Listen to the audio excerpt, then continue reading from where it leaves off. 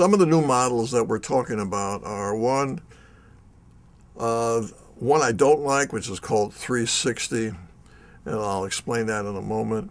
Another one is ad revenue sharing. Another one is, excuse me, another one is giving away your product and hoping people will come to your concerts. Let me talk about the 360 a moment. 360 is coming along on several levels. Recently, everybody's seen the publicity concerning the Madonna 360. What is 360? 360 is the record company or the company, we won't call it the record company for a moment, the company and the artist will share in all aspects of the artist's career. Means record sales, concert tours, merchandising, publishing, all aspects, all potential income. That's what 360 seems to mean at this particular point. Now, for somebody like Madonna, in which they're paying, reportedly in the trades, a lot of money, something in excess of $120 million, if that's true, for all these aspects, that sounds like a good deal for her. I don't know her finances. I don't know the company's finances, but it sounds like a terrific deal. So she gives them all the services. She pockets big checks, and her future seems to be secure. If it wasn't really already secure, it seems to be that it was. But what the record companies are doing with new acts are trying to do the same thing, but in a much less way. And let me explain that. The record companies, when they've signed an artist in the past, they sign them for their record rights. They have went ahead and then they exploited the records. They marketed it, they promoted it, they sold the records, and they paid the artist a royalty. They paid the publisher a royalty, they paid the artist a royalty, and they took their income and they made their profits from that. Did 10 out of 10 artists succeed that they signed? No. Maybe 1 out of 10, maybe 1 out of 20 artists succeeded, but the ones who succeeded at such a level that the record companies were able to make lots of money out of the ones that succeeded to pay for all of the ones that didn't succeed. Now, they say, well, why didn't they? The next question is, well, why didn't they sign more acts that would succeed? Well, there's not many geniuses in our business. I don't know of any genius in the business that can pick 10 out of 10.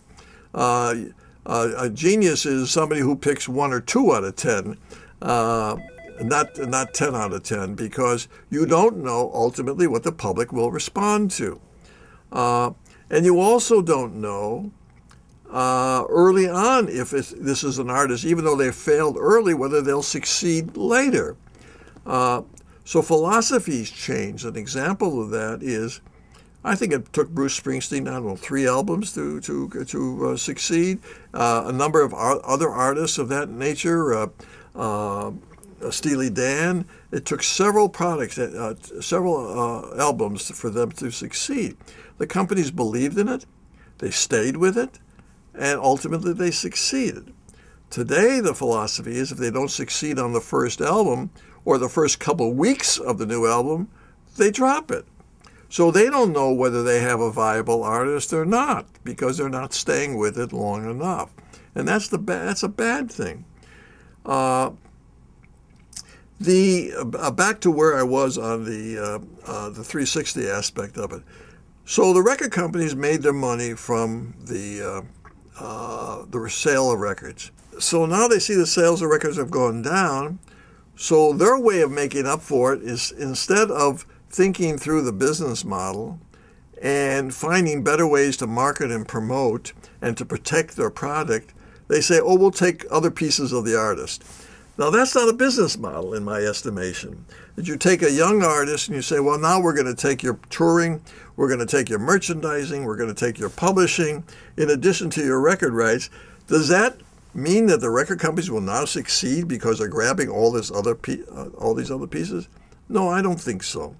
And I don't think that is a substitute for the record companies finding a business model that works. Now, in addition to the fact, this is where I was going, in addition to the fact that the record companies seem to be unprepared for Sean Fanning and Napster when it came along, and unprepared for the digital age, and were very slow to react. They also were companies that were completely transformed from sole proprietorships to corporate monoliths. Now, the result of that was as follows. At one time, you had Herbie Alpert and Jerry Moss, who had A&M Records, and you had David Geffen, who had Geffen Records, and you had Ahmet Ertegun, who had Atlantic Records, and you had Dave Kapp, who had Kapp Records, and you had endless number of these, Johnny Mercer, who formed Capitol Records. All these were started by entrepreneurs, young entrepreneurs who had an ear for talent, and they went out and they discovered, they nurtured this talent, and they ran these companies to a degree by the seat of the pants. If they believed in an artist, they signed the artist. If they believed that that artist would succeed ultimately, even though the first album or two albums failed, they would stay with it because they believed in it, and they rode with it. Now, as the major corporations came in and started buying up all of these entrepreneurs, they bought up A&M Records, they bought Geffen Records, they bought Atlantic Records, they just on and on. They bought, I can't remember, Seymour Stein's company, I forget the name of that company, the one who discovered Madonna. They bought one of these companies after another. Now, in order to buy these companies and pay $500 million or $600 million or $700, whatever the sums were that they were paying for all these vibrant companies, they had to borrow money. In order to borrow money, when they borrowed money, they had debt service. They had to pay off debts to accomplish this. In order to pay off debts, they started firing the people that they bought. The very talented people, the very great A&R and talent discovery people, they started firing these people. So instead of it having a positive effect, it was having a negative effect. So now less great talent was being discovered and signed. The companies were cutting down on their marketing and promotion. And so they were hurting themselves while they were expanding.